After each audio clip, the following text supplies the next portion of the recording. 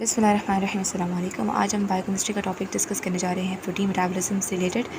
और इसमें जो है हम मैं आपको दो बेसिकली प्रोटीन्स अमाइनो एसिड्स की मेटाबॉलिज्म बताऊंगी। एक होंगे एलिफेटिक अमाइनो एसिड्स और दूसरे होंगे branch chain amino acids. Branch chain amino acids. So पहले हम एलिफेटिक की बात करेंगे। ओके,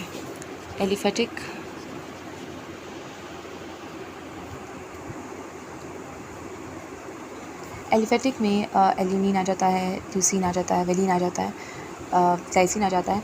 इनमें से ग्लाइसिन को डिस्कस करना है और ग्लाइसिन के साथ साथ एलानिन को डिस्कस करना है। ठीक है, okay let's start.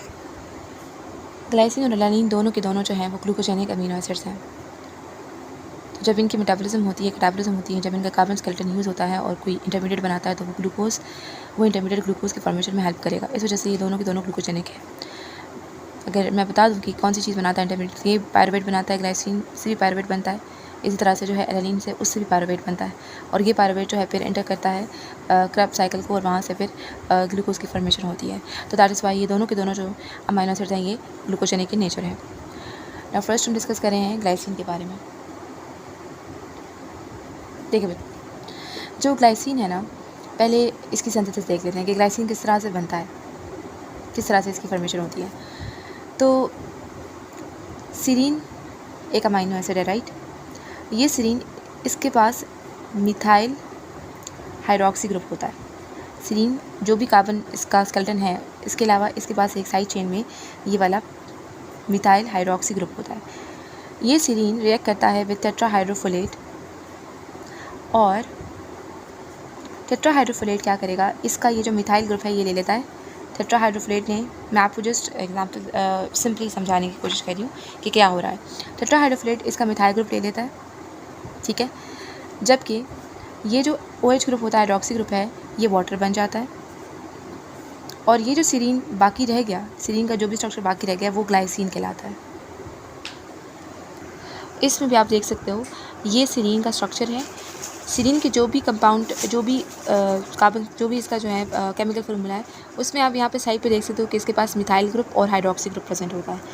THF tetrahydrofolate के साथ रिएक्ट करता है। THF इसमें से मिथाइल ग्रुप लेके क्या बन जाता है, N5 एंटर मिथाइलिन THF। उसके अलावा ये जो OH ग्रुप होता है यह वाटर बन जाता है।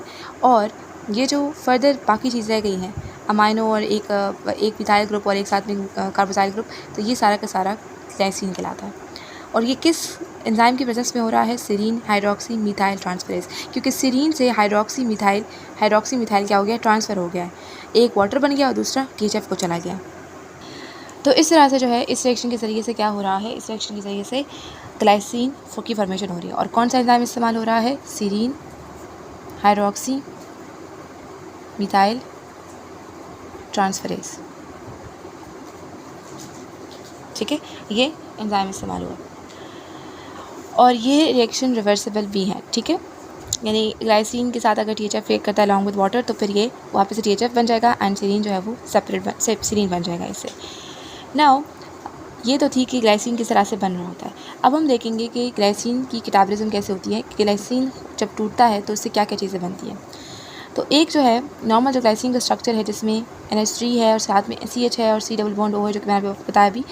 तो ये जो ग्रुप होती, ये जो ग्लाइसिन का स्ट्रक्चर है, जब इसकी क्लीवेज होती है, जब इसको हम क्लीव करते हैं, क्लीव भी कब करेंगे, थ्रू ग्लाइसिन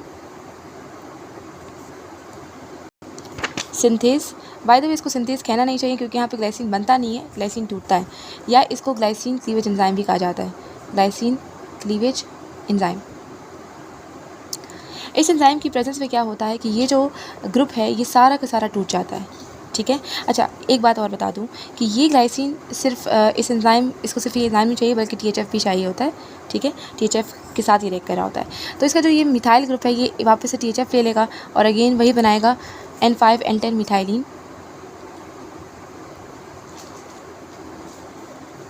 THF। एक ये चीज़ बन जाएगी। उसके साथ क्या होगा कि ये जो अमाइनो NH3 ग्रुप है ये बाहर सेपरेट हो जाएगा, ठीक है। अब इसको मुझसे बिल्कुल भूल गया कि इसको क्या कहा जाता है, अमाइनो ग्रुप कहा जाता है।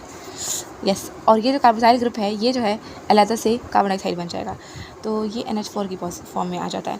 सो इस तरह से जो है क्या होता है कि अमोनियम आयन की फॉर्म में बाहर निकल आता है। तो अमोनियम आयन, कार्बन डाइऑक्साइड और साथ में ये जो है THF मिथाइल हो गया है। तो इस तरह से जब ग्लाइसिन सिंथेज आकर रिएक्ट करता है, इस ग्लाइसिन को तोड़ने का काम करता है, तो ग्लाइसिन के जितने भी कंपाउंड्स हैं या फिर एलिमेंट्स हैं वो सारे टूट जाते हैं। अमोनियम ग्रुप अलग हो जाता है, ठीक है, माइनस ग्रुप अलग हो जाता है, कार्बोक्सिल ग्रुप अलग हो जाता है in the form of carbon dioxide, और ये जो मिथाइल ग्रुप CH ग्रुप है ये जो है THF को मिल जाता है और ये मिथाइलेटेड हो जाता है। ये इसकी एक फॉर्म है कैटाबोलिज्म की। अब सेकंड ये डिपेंड करेगा कि कौन सा एंजाइम यूज़ हो रहा है, राइट। अब एक और तरीका भी होता है इसके क्लीवेज का, वो ये होता है कि ये जो ग्लाइसिन है, ये जो ग्लाइसिन होता है, ये ग्लाइसिन इसकी ऑक्सीडेशन हो जाती है, इसकी ऑक्सीडेशन हो जाती है। यहाँ पर जो एंजाइम यूज़ होता है दैट इज़ द ग्लाइसिन ऑक्साइडेज, ठीक है। H2 वाटर आता है और इसमें से ऑक्सीजन ग्रुप को रिमूव कर लिया जाता है। ये जो कंपाउंड बनता है इस दौरान दैट इज़ द, यानी जब इसकी ऑक्सीडेशन हो जाती है तो ग्लायोक्सिलेट यानी कि ग्लायोक्सैलिक एसिड बनता है, ग्लायोक्सैलिक एसिड बनता है। और ये जो ग्लायोक्सैलिक एसिड बनता है, अब इसके तीन फेट्स हो सकते हैं, यानी कि 3 पाथवेज के से 3 मुख्तलिफ चीज़ें बना सकता है। नंबर 1 ये हो सकता है कि यही ग्लायोक्सिलेट जो है ये फ्यूमेरेट बना ले और इसके साथ जो अमाइनो ग्रुप है वो अलग हो जाए। सेकेंड ये हो सकता है कि ये जो ग्लायोक्सैलिक एसिड है ये मेलेट बना ले और मेलेट बनने के बाद ये TCA साइकिल में चला जाए। और थर्ड ये हो सकता है कि जो बहुत ज़्यादा बच गया है ग्लायोक्सिलेट वो फाइनली ऑक्सीलेट बना लेता है और फिर एक्सक्रीट होता है from the kidneys out from the body. So इसके मेन पाथ ये होता है ग्लायोक्सैलिक एसिड का कि ये क्या बन जाए, फ्यूमेरेट बन जाए। सेकेंड ये हो सकता है कि यही ग्लायोक्सैलिक एसिड जो है ये मेलेट बन जाए और TCA सर्किल में चला जाए, और अगर ये बहुत ज़्यादा है तो सरप्लस की फॉर्म में ये ऑक्सीलेट की फॉर्म में जो है बाहर एक्सक्रीट हो जाएगा बॉडी से। तो ये इसके 2 कैटाबोलिज्म पाथवेज होते हैं। सो डिपेंड करेगा कि कौन सा एंजाइम यूज़ हो रहा है। अगर ग्लाइसिन सिंथेज इस्तेमाल हो रहा है तो इसकी ब्रेकडाउन होती है into ammonium ion into carbon dioxide और THF मिथाइलेटेड हो जाता है। लेकिन अगर जो है ऑक्साइडेज है तो फिर ये ग्लायोक्सैलिक एसिड बनता है और ये 3 पाथवेज के तरीके से फ्यूमेरेट, ऑक्सीलेट या मेलेट बना सकता है। अब मैं आपको इसी से रिलेटेड इस एंजाइम से अगर फॉर एग्जांपल डिफिशिएंसीज हों तो क्या होगा। अगर ये वाला जो एंजाइम है ग्लाइसिन सिंथेज, अगर ये एंजाइम नहीं है, अगर ये एंजाइम डेफिशिएंट है तो क्या होगा कि ये जो ग्लाइसिन है इसकी कैटाबोलिज्म नहीं हो पाएगी, नहीं टूट पाएगा, इसकी क्लीवेज नहीं हो पाएगी। जब क्लीवेज नहीं हो पाएगी तो ग्लाइसिन बहुत ज़्यादा हमारे ब्लड के अंदर, ब्लड प्लाज्मा के अंदर क्या हो जाएगा, उसका लेवल बढ़ जाएगा, ठीक है। तो ग्लाइसिनीमिया, हाइपर ग्लाइसिनीमिया हो जाएगा, हाइपर ग्लाइसिनीमिया। और इस तरह का जो डिसऑर्डर है कि जिसके अंदर ग्लाइसिन क्लीवेज एंजाइम यानी कि ग्लाइसिन और ग्लाइसिन का लेवल जो है वो ब्लड के अंदर बढ़ गया है, इसको हम नॉन कीटो हाइपरग्लाइसिनीमिया कहते हैं। ये जो ग्लाइसिन था ये बढ़ गया, एक ये प्रॉब्लम हुआ। सेकंड, ये ग्लाइसिन क्या करता है, अब इसके क्या सिम्टम्स होंगे इस तरह के डिसऑर्डर के अंदर कि जो ग्लाइसिन है ये न्यूरोट्रांसमीटर्स की जो सिंथेसिस है उसमें जो है दखल अंदाजी देता है, तो न्यूरोट्रांसमीटर्स जो है वो कम हो जाएंगे, ठीक है, और इसकी वजह से जो है न्यूरोलॉजिकल प्रॉब्लम्स हो सकते हैं। सेकेंड ये हो सकता है कि यही जो ग्लाइसिन है ये ग्लाइसिन जब ये THF के मिथाइलेट नहीं कर पा रहा, ये बहुत इंपॉर्टेंट कंपाउंड होता है डिफरेंट किस्म की ये जो है DNA सिंथेसिस में इंपॉर्टेंट होता है, तो डिफरेंट जो DNA सिंथेसिस है वो नहीं हो पाएगी, राइट। अच्छा, मैंने जो अभी आप लोगों को ग्लाइसिन का बताया कि न्यूरोट्रांसमीटर्स को कम करता है, ये वाली बात मैंने थोड़ी सी गलत बताई है, I am really sorry. Glycine actual में क्या कर रहा होता है, ग्लाइसिन जो है वो ख़ुद एक न्यूरोट्रांसमीटर है, इनहिबिटरी न्यूरोट्रांसमीटर है। तो न्यूरोट्रांसमीटर जो होगी वो कम हो जाती है, तो उसकी वजह से न्यूरोलॉजिकल प्रॉब्लम्स हो सकते हैं। नॉर्मल जब सिग्नल्स पास नहीं होंगे इसकी बहुत ज़्यादा होने की वजह से, तो there will be a lot of mental problems and neurological problems जो कि हो सकते हैं। तो this is the non keto हाइपरग्लाइसिमीमिया।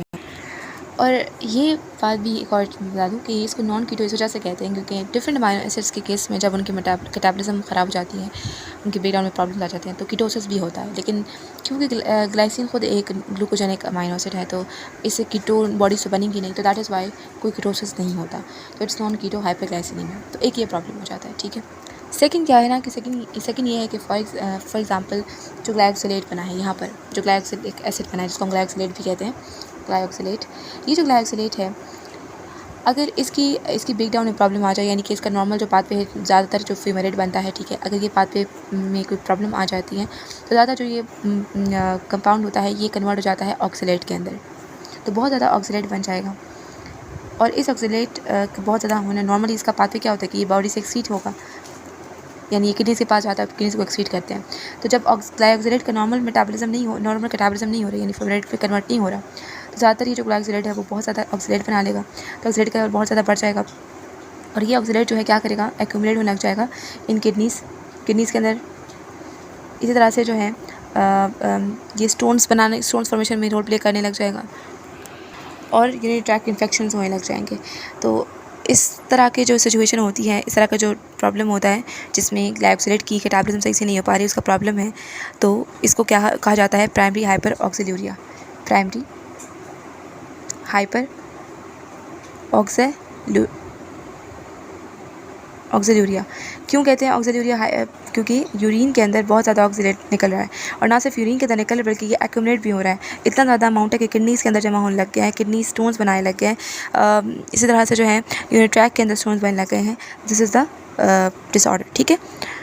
उसके बाद एक और डिसऑर्डर आ जाता है जिसको हम कहते हैं ग्लाइसिनूरिया।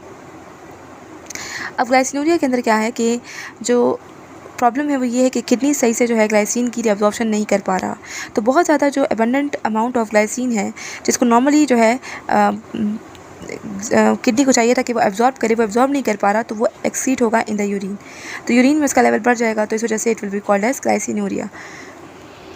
और क्योंकि ग्लाइसिन जो है अब बहुत ज़्यादा जो है एक्सक्रीट हो रहा है in the form of urine, तो इसका ख़तरा क्या होगा कि अगेन यूरिन ट्रैक के अंदर स्टोन्स वगैरह बन सकते हैं अगर ये ग्लाइसिन बहुत ज़्यादा है और इसकी किडनीज़ के अंदर जो है और ये यूरिन ट्रैक के अंदर जो है कैटाबॉलिज्म होने लग जाए और उसके नतीजे में ऑक्सीलेट बने, तो ऑक्सीलेट अगेन से स्टोन्स बनाने का काम कर सकता है।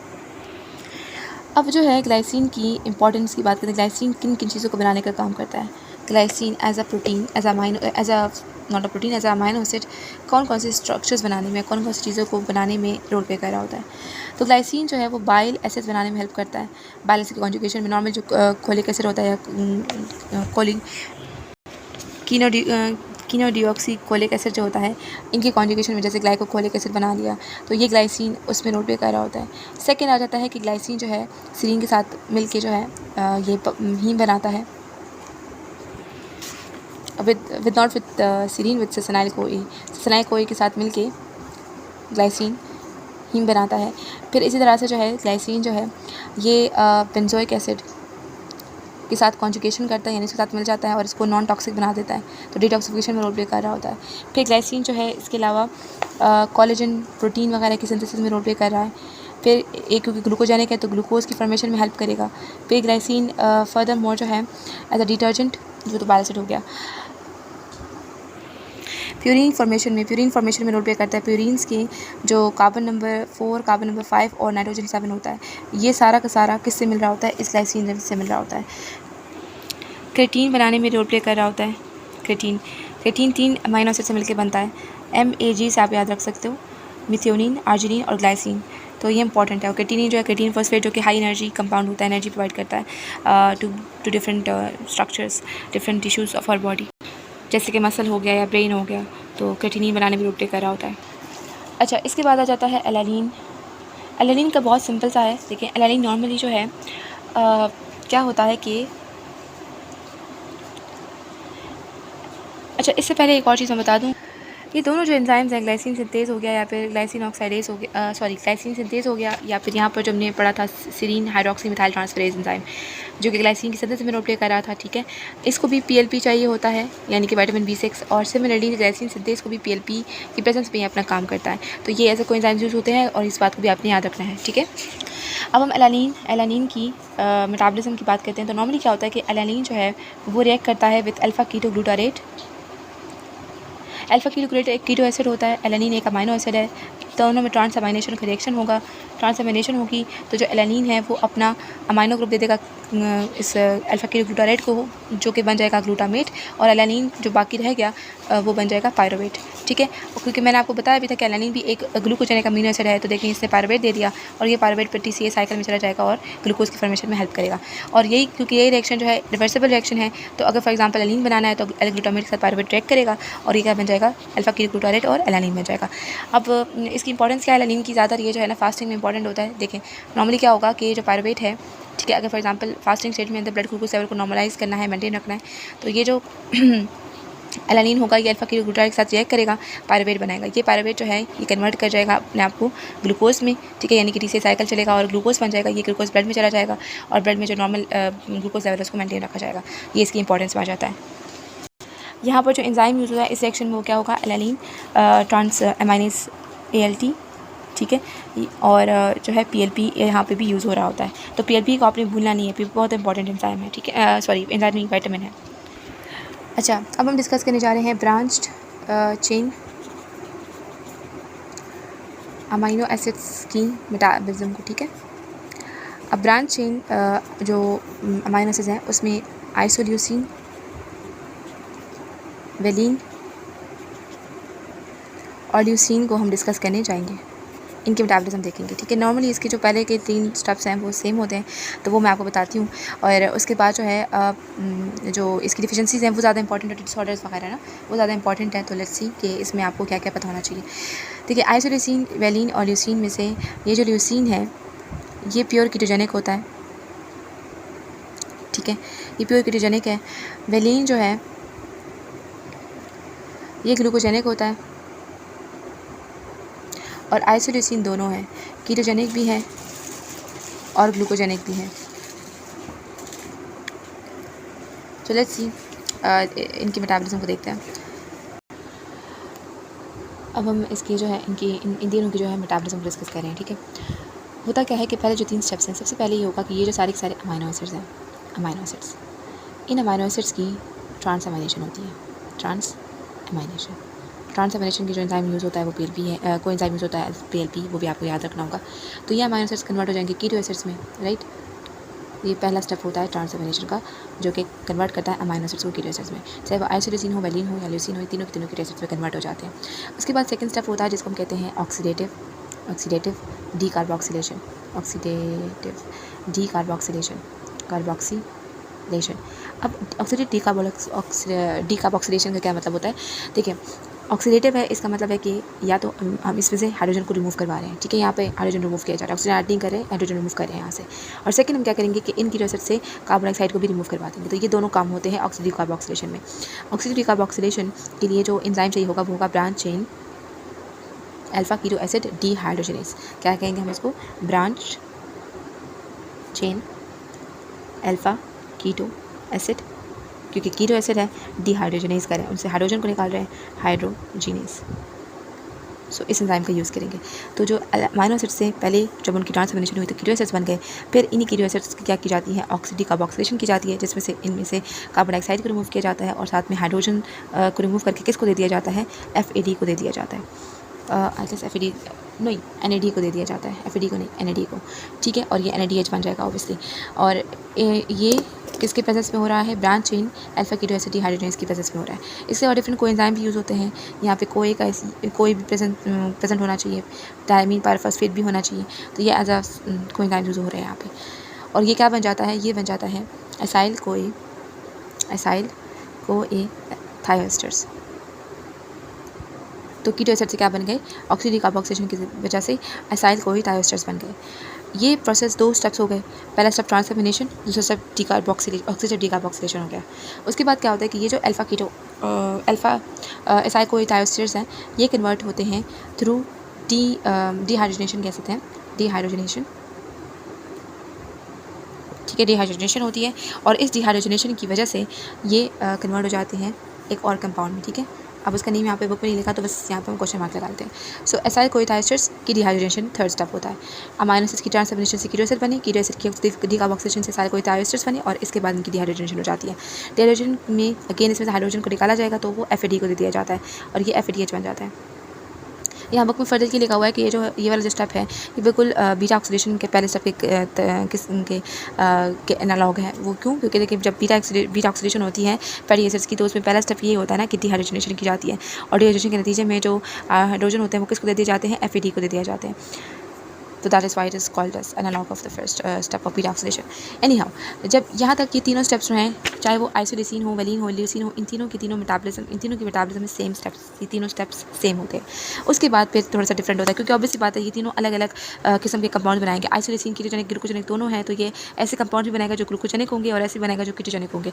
वेलिन सिर्फ ग्लूकोजेनिक बनाएगा, ल्यूसिन सिर्फ कीटोजेनिक बनाएगा। तो देखते हैं कैसे। तो फर्स्ट हम बात करते हैं वेलिन की। अब वेलिन का ये जो प्रोडक्ट है, लेट्स से इसको हम ए नाम देते हैं, ये ए प्रोडक्ट है ना। ये जो ए बना है, वेलिन क्या करेगा? वेलिन जो है ये क्योंकि ग्लूकोजेनिक है तो ये बनाएगा एंड प्रोडक्ट इसका क्या बनेगा? सस्टेनाइल को ए बनेगा। पहले ये प्रोपेनाइल को ए बनाएगा, ठीक है, पहले ये प्रोपेनाइल को ए बनाएगा, फिर प्रोपेनाइल को ए जो है ना फाइनली सस्टेनाइल को ए में कन्वर्ट हो जाता है।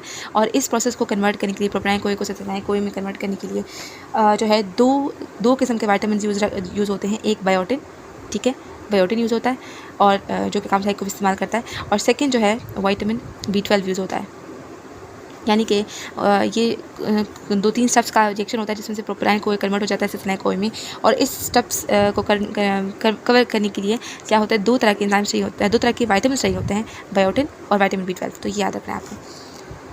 यानी मैं अगर यहाँ पे बता ही दूँ आप लोगों को, तो प्रोपियोनाइल को ए है ना, वेलिन से प्रोपियोनाइल को ए बना, यानी वेलिन के इस प्रोडक्ट से प्रोपेनाइल को ए बना। प्रोपेनाइल को ए जो है इससे बनता है मिथाइल मेलानाइल को ए, और यहाँ पे बायोटिन यूज़ होता है कार्बन डाइऑक्साइड के साथ। और फिर मिथाइल मेलानाइल को ए को 2-3 स्टेप्स के बाद जो है कन्वर्ट हो जाता है इंटू सस्टेनाइल को ए, और इसके कन्वर्जन में यहाँ पे विटामिन B12 यूज़ होता है, ठीक है। तो दिस इज द स्टेप। तो ये वेलिन की मेटाबॉलिज्म कंप्लीट हो गई। उसके बाद सेकंड बात कर लेते हैं ल्यूसीन की। तो ल्यूसीन क्या करता है? जब ल्यूसीन की मेटाबॉलिज्म होती है तो इसके पाथवे में ये वाला तो स्टेप पूरा नॉर्मल होगा सेम। फिर इसके बाद क्या बनता है कि एक स्टेप आता है इसके जिसमें HMG को ए बनता है, HMG को ए। अब ये इंपॉर्टेंट है, क्यों? क्योंकि देखिए HMG को ए जो है ना, ये कोलेस्ट्रॉल वगैरह की फॉर्मेशन में भी जा सकता है इस पाथवे के जरिए से। ल्यूसीन डिग्रेड हुआ और HMG को ए तक जब स्टेप आया तो उसके बाद ये चला गया कोलेस्ट्रॉल फॉर्मेशन में। या ये जो HMG को ए है, ये HMG को ए जो है ये कन्वर्ट हो सकता है इनटू 2 कंपाउंड्स फर्दर, एसीटाइल को ए और एसिटाइल को ए में। ये दोनों के दोनों कंपाउंड्स की कीटोजेनिक यानी कि जाकर फर्दर क्या, एसिटाइल को ए नहीं, एसीटोएसीटेट और एसिटाइल को ए बन जाएगा, और ये कीटोजेनिक। इससे पता चल रहा है कि ये यानी कोई पैरावेट या कोई ऐसे इंटरमीडिएट नहीं बना रहा जो कि कब साइकिल में जाए, तो ये कीटोजेनिक इन नेचर है। ये हो गया अबाउट द ल्यूसीन। उसके बाद आ जाता है आइसोल्यूसिन। क्योंकि आइसोल्यूसिन क्या है? आइसोल्यूसिन ग्लूकोजेनिक भी है, कीटोजेनिक भी है। तो इसका जब ये वाला जो कंपाउंड होगा, इसकी फर्दर कैटाबॉलिज्म होगी तो ये 2 चीज़ें बनाएगा। एक ये सस्टेनाइल को ए बनाएगा, ठीक है, और मतलब प्रोपेनाइल को ए पहले बना, उसके बाद सस्टेनाइल को ए बना, और दूसरा ये एसिटाइल को ए भी देता है, जो कि फिर ये जो एसिटाइल को ए जो है एज अ कीटोजेनिक काम कर सकता है, यानी कि कीटो एसिड्स बना सकता है, कीटोन बॉडीज़ बना सकता है, ठीक है। तो इस तरह से जो है मेटाबॉलिज्म ब्रांच इन अमीनो एसिड्स की कवर होती है। अब हम आ जाते हैं कुछ डिसऑर्डर्स की तरफ, जो कि बहुत इंपॉर्टेंट है, और उसमें सबसे इंपॉर्टेंट डिसऑर्डर है वो इस एंजाइम के डिफेक्ट की वजह से होता है। मैं आपको दिखा दूँ, ये वाला जो एंजाइम है, branch chain alpha keto acid dehydrogenase enzyme, जो कि बेसिकली सेकंड स्टेप में रोल प्ले कर रहा था कीटो एसिड्स के कन्वर्जन एसाइल को थायोस्टेरेज के अंदर, थायोस्टेरेज के में। तो इस एंजाइम की जब डिफिशिएंसी होती है, यानी कि branch chain keto acid dehydrogenase की जब डिफिशिएंसी हो जाती है, तो इसके नतीजे में क्या होता है? इसके नतीजे में जो है ये जो कीटो एसिड्स होंगे उनकी डिग्रेडेशन नहीं हो पा रही। सिमिलरली जो अमीनो एसिड्स हैं, ये दोनों के दोनों बहुत ज़्यादा एक्यूमुलेट कर जाते हैं, ठीक है। जब ये दोनों एक्यूमुलेट कर जाते हैं तो ये यूरिन में भी आएंगे, ये ब्लड प्लाज्मा के अंदर भी इनका लेवल बहुत ज़्यादा बढ़ जाएगा, राइट। तो जब कीटो एसिड्स की वजह से फ्रूटी स्मेल प्रोड्यूस होती है, तो जो फ्रूटी स्मेल तो नहीं कहेंगे, आई एम सॉरी, मतलब एक किस्म की अलग किस्म की स्मेल, शुगर किस्म की स्मेल होती है, जिसको हम मेपल सिरप या फिर बर्न शुगर की तरह की स्मेल होगी, जो कि यूरिन में, फिर पेशेंट की यूरिन में आएगी, ठीक है, वो स्मेल। तो ये एक इसका ये केस हो गया इस वजह से, जब BKD यानी कि BCKD, not BKD, I am sorry, BCKD जो है branch chain keto acid dehydrogenase जो एंजाइम है, जब उसकी डिफिशिएंसी हो जाती है, तो उसके नतीजे में क्या होता है? उसके नतीजे में तो इस वजह से जब ये इन कीटो एसिड्स की होने की वजह से जब यूरिन के अंदर मेपल सिरप या फिर बर्न शुगर की स्मेल आती है, तो दैट्स वाई इस एंजाइम की डिफिशिएंसी को क्या कहा जाता है? मेपल सिरप सिंड्रोम भी कहा जाता है, maple syrup disease, maple syrup urine disease, ठीक है, मेपल सिरप यूरिन डिजीज़, या फिर branch chain keto acid dehydrogenase deficiency, या फिर ब्रांच चेन कीटो एसिडोरिया। तो ये इसके नाम है डिफरेंट।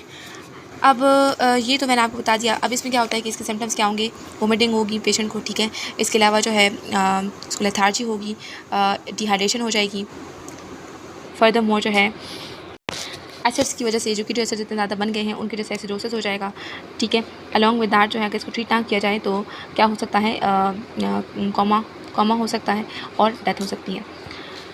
नाउ इसकी डायग्नोसिस कैसे हो सकती है? डायग्नोसिस के लिए आप यूरिन में इन एसिड्स की लेवल को चेक करते हो, या फिर आप जो है ब्लड प्लाज्मा में लेवल को चेक करते हो।